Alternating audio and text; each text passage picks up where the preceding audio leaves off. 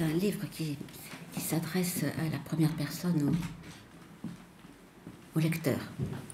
Et donc le titre de ce petit passage est « Avertissement ». Et je suis contente de vous avertir. Petit à petit, les choses et les gens deviennent plus forts, me semble-t-il. Mais c'est peut-être parce que vous êtes là devant moi. Donc, avertissement. Cher lecteur, vous trouverez ici et là dans ce texte des mots qui n'existent pas ou qui reproduisent plusieurs fois la même lettre, voire la même syllabe. Des mots réels, exacts ou non, qui apparaissent de façon quasi intempestive dans ce récit. Ne vous en étonnez pas. J'aurais pu les effacer à la relecture, mais j'ai au contraire tenu à conserver les traces des difficultés rencontrées par mon cerveau lorsqu'il s'agit de le faire travailler quand un intrus vient court-circuiter son fonctionnement.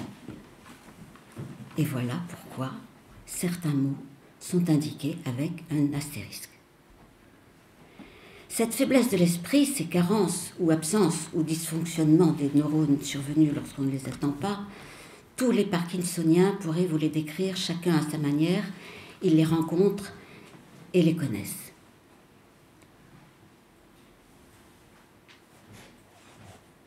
Pour eux, pour moi, Parkinson est devenu un compagnon que je n'attendais pas, qui s'est installé en intrus et avec lequel il me faut cohabiter.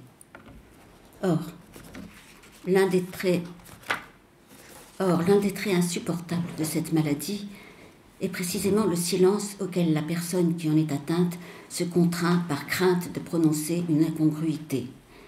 Je veux donc, pour tenter de vous faire partager l'expérience que je vis et endure à travers ce détail stylistique, afin que vous perceviez plus concrètement que nous, les victimes de Parkinson, éprouvons face à une réalité qui nous échappe, impossible à partager malgré notre désir avec les bien-portants.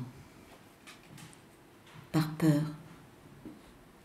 nous nous infligeons cet isolement.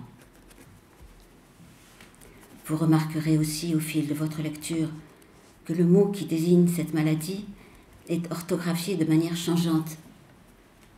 Seul le P majuscule sera la lettre pérenne capable de faire reconnaître par qu'ils, par qui sont, par qui ont, etc., etc. Quelle que soit l'orthographe adoptée, une autre manière de vous convier à découvrir et peut-être partager, à défaut de comprendre, notre quotidien chaque jour plus erratique.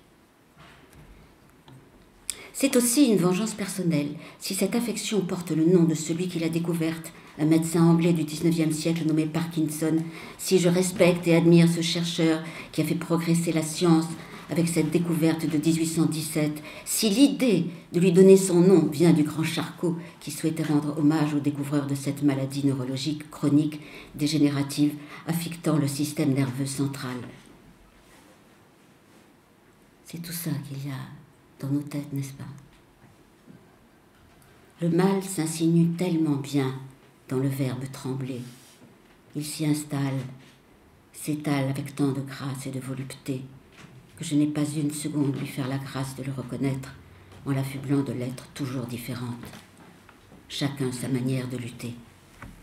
Celle-ci est la mienne.